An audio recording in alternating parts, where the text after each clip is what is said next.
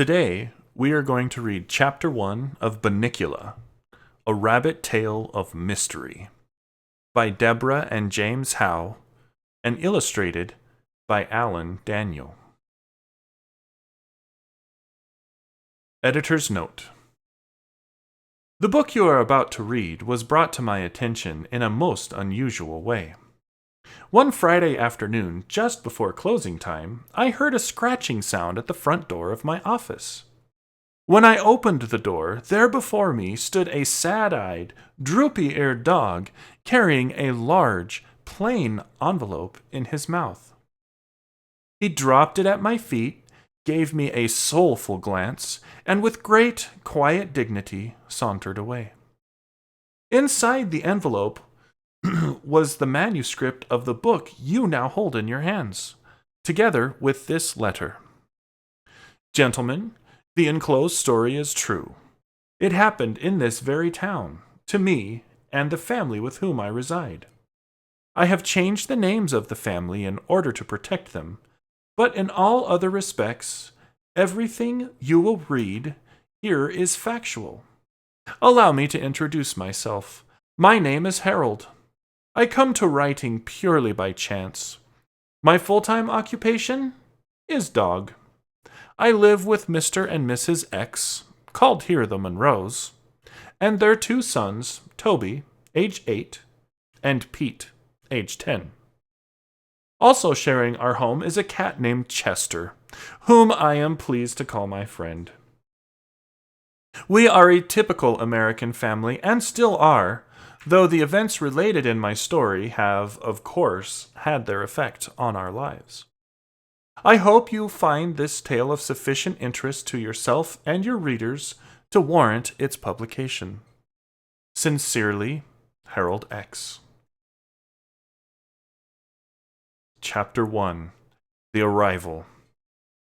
I shall never forget the first time I laid these now tired old eyes on our visitor.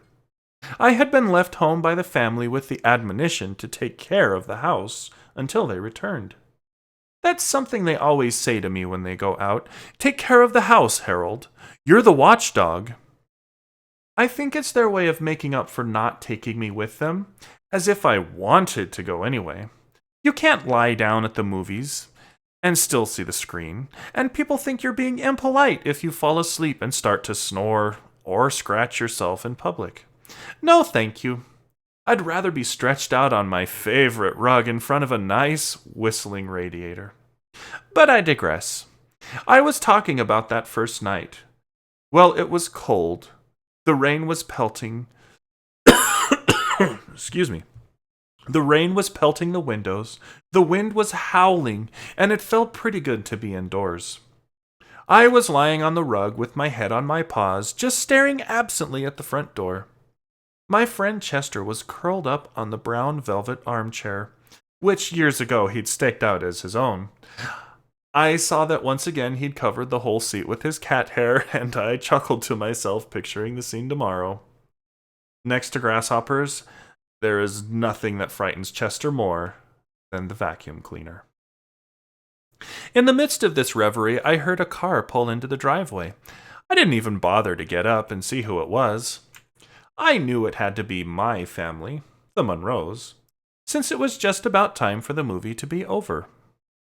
After a moment, the front door flew open. There they stood in the doorway, Toby and Pete and Mom and Dad Monroe. There was a flash of lightning, and in its glare I noticed that Mr. Monroe was carrying a little bundle. A bundle with tiny, glistening eyes. Pete and Toby bounded into the room, both talking at the top of their lungs. Toby shouted, "Put him over here, Dad!"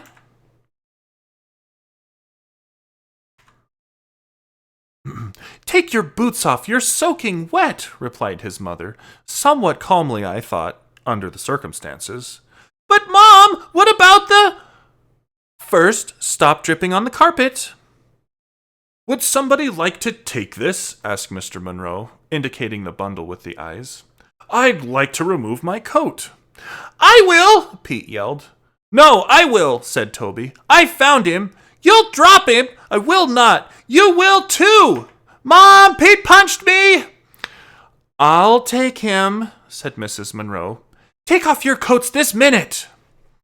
But she became so involved in helping the boys out of their coats that she didn't take him at all. My tranquil evening had been destroyed, and no one had even said hello to me. I whimpered to remind them that I was there. "Harold!" cried Toby. "Guess what happened to me?" And then, all over again, everyone started talking at once. At this point, I feel I must explain something. In our family, everyone treats everyone else with great respect for his or her intelligence. That goes for the animals as well as the people.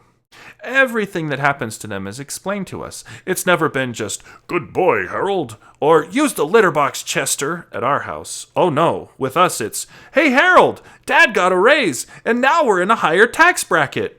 Or, "Come and sit on the bed, Chester, and watch this Wild Kingdom show. Maybe you'll see a relative." Which shows just how thoughtful they are. But, after all, Mr. Monroe is a college professor, and Mrs. Monroe is a lawyer, so we think of it as rather a special household. And we are, therefore, rather special pets. So it wasn't at all surprising to me that they took the time to explain the strange circumstances surrounding the arrival of the little bundle with the glistening eyes now among us. It seems that they had arrived at the theater late, and rather than trip over the feet of the audience already seated, they decided to sit in the last row, which was empty. They tiptoed in and sat down very quietly, so they wouldn't disturb anyone. Suddenly, Toby, who's the little one, sprang up from his chair and squealed that he had sat on something. Mr. Monroe told him to stop making a fuss and move to another seat, but in an unusual display of independence, Toby said he wanted to see just what it was he sat on. An usher came over to their row to shush them, and Mr. Monroe borrowed his flashlight. What they found in Toby's chair was the little blanketed bundle that was now sitting on Mr. Monroe's lap. They now unwrapped the blanket, and there in the center was a tiny black and white rabbit, sitting in a shoebox filled with dirt. A piece of paper had been tied to his neck with a ribbon. There were words on the paper, but the Monroes were unable to decipher them because they were in a totally unfamiliar language. I moved closer for a better look. Now, most people might call me a mongrel, but I have some pretty fancy bloodlines running through these veins, and Russian wolfhound happens to be one of them. Because my family got around a lot, I was able to recognize the language as an obscure dialect of the Carpathian mountain region. Roughly translated, it said, "Take good care of my baby." But I couldn't tell if it was a note from the bereaved mother or a piece of Romanian sheet music. The little guy was shivering from fear and cold.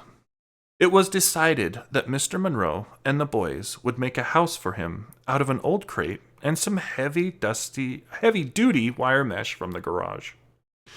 For the night, the boys would make a bed for him in the shoebox. Toby and Pete ran outside to find the crate, and Mrs. Monroe went to the kitchen to get him some milk and lettuce.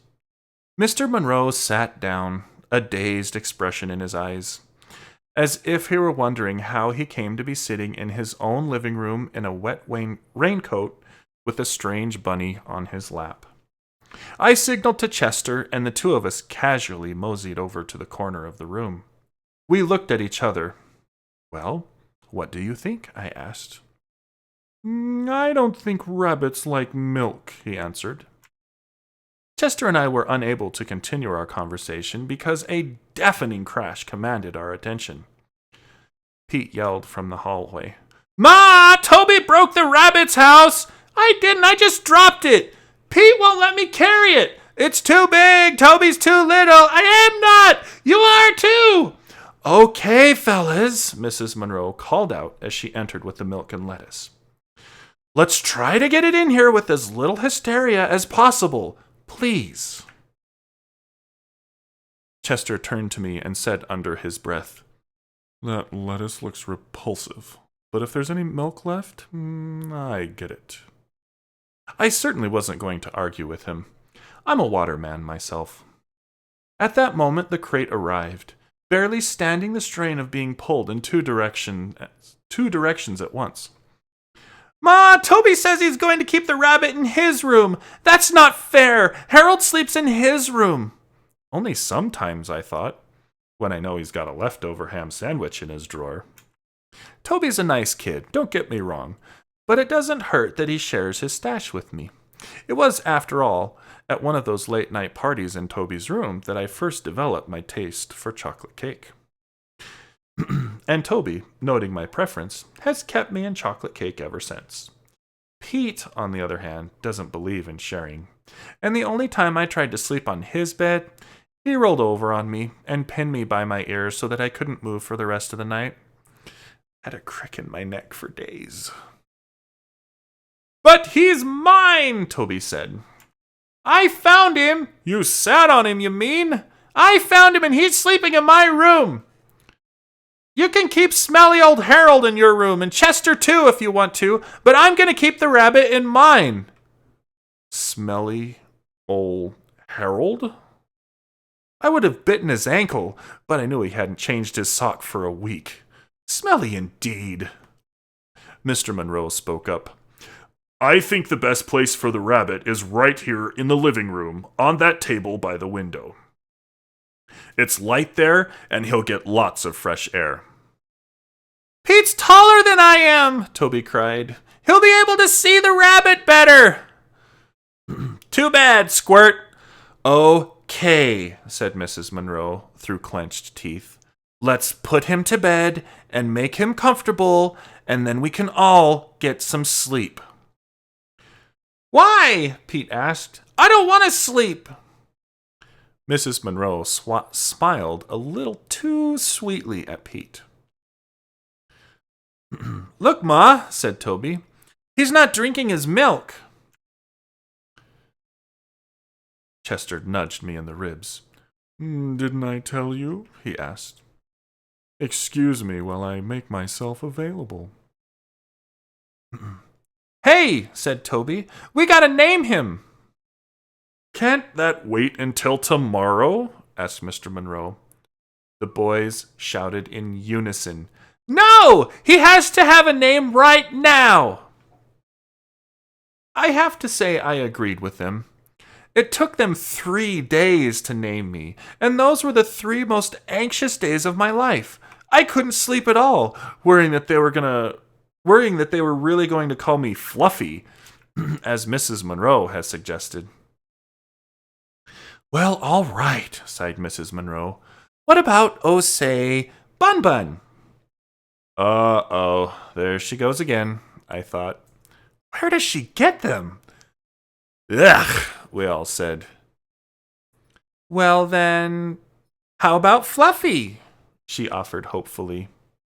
Pete looked at his mother and smiled. You never give up, do you, Ma? Meanwhile, Chester, who had also been named Fluffy for a short time, was rubbing against Mrs. Monroe's ankles and purring. Loudly. No, Chester, not now, she said, pushing him aside. He wants to help us name him, don't you, Chester? Toby asked as he scooped him up into his arm. Chester shot me a look. I could tell that this was not what he had in mind. Come on, Harold, Toby called. You've got to help with the name, too. I joined the family, and serious thinking began. We all peered into the box. It was the first time I had really seen him. So this is a rabbit, I thought. He sort of looks like Chester, only he's got longer ears and a shorter tail and a motor in his nose. Well, said Pete, after a moment, since we found him at the movies, why don't we call him Mr. Johnson? There was a moment of silence. Who's Mr. Johnson? Asked Toby. The guy who owns the movie theater, Pete answered. No one seemed to like the idea. How about Prince? Said Mr. Monroe. Dad, said Toby. Are you kidding? Well, I had a dog named Prince once, he replied lamely. Prince, I thought. That's a silly name for a dog. We found him at a Dracula movie. Let's call him Dracula, Toby said. That's a stupid name, said Pete. No, it's not. And anyway, I found him, so I should get to name him. Mom, you're not going to let him name him, are you? That's favoritism, and I'll be traumatized if you do. Mrs. Monroe looked in wonder at Pete. Please, Mom, please, Dad, let's name him Dracula, cried Toby. Please, please, please, please, please. And with each please, he squeezed Chester a little harder. Mrs. Monroe picked up the bowl of milk and moved toward the kitchen. Chester followed her every movement with his eyes, which now seemed to be popping out of his head. When she reached the kitchen door, she turned back and said, Let's not have any more arguments. We'll compromise. He's a bunny, and we found him at a Dracula movie. So we'll call him Bunnicula. Bunnicula. That should make everybody happy, including me. What about me? Muttered Chester. I won't be happy until she puts down that milk. Well, guys, is that okay with you? She asked. Toby and Pete looked at one another, and then at the rabbit. A smile grew on Toby's face. Yeah, Ma, I think that name is just right. Pete shrugged. It's okay, but I get to feed him. Okay, I'm going to put the milk back in the fridge. Maybe he'll drink it tomorrow. What about Chester? Toby said, dropping the frantic cat to the floor. Maybe he would like it. Chester made a beeline for Mrs. Monroe and looked up at her plaintively. Oh, Chester doesn't want any more milk, do you, Chester? You've already had your milk today. She reached down, patted Chester on his head, and walked into the kitchen. Chester didn't move. Okay, bedtime, said Mr. Monroe. Good night, Bunnicula, Toby said. Good night, Count Bunnicula, Pete said, sarcastically in what I took to be his attempt at a Transylvanian accent. I may be wrong, but I thought I saw a flicker of movement from the cage. Good night, Harold. Good night, Chester. I licked Toby good night. Good night, smelly Harold. Good night, dumb Chester. I drooled on Pete's foot. Mom! Harold drooled on my foot! Good night, Pete, Mrs. Monroe said with great finality as she came back into the living room, and then more calmly, Good night, Harold. Good night, Chester. Mr. and Mrs. Monroe went up the stairs together. You know, dear, Mr. Monroe said, that was very clever. Bunnicula. I could never thought of a name like that. Oh, I don't know, Robert, she smiled as she put her arm through his. I think Prince is a lovely name, too. The room was quiet. Chester was still sitting by the closed kitchen door in a state of shock. Slowly, he turned to me. I wish they had named him Fluffy, was all he had said.